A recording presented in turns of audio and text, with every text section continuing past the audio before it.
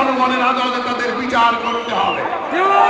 বিচার না হয় আগামী দিনেও বাংলাদেশে নব্য স্বৈরাচার কায়েম হবে। আবারও শুনেছি থাকবে, আবারও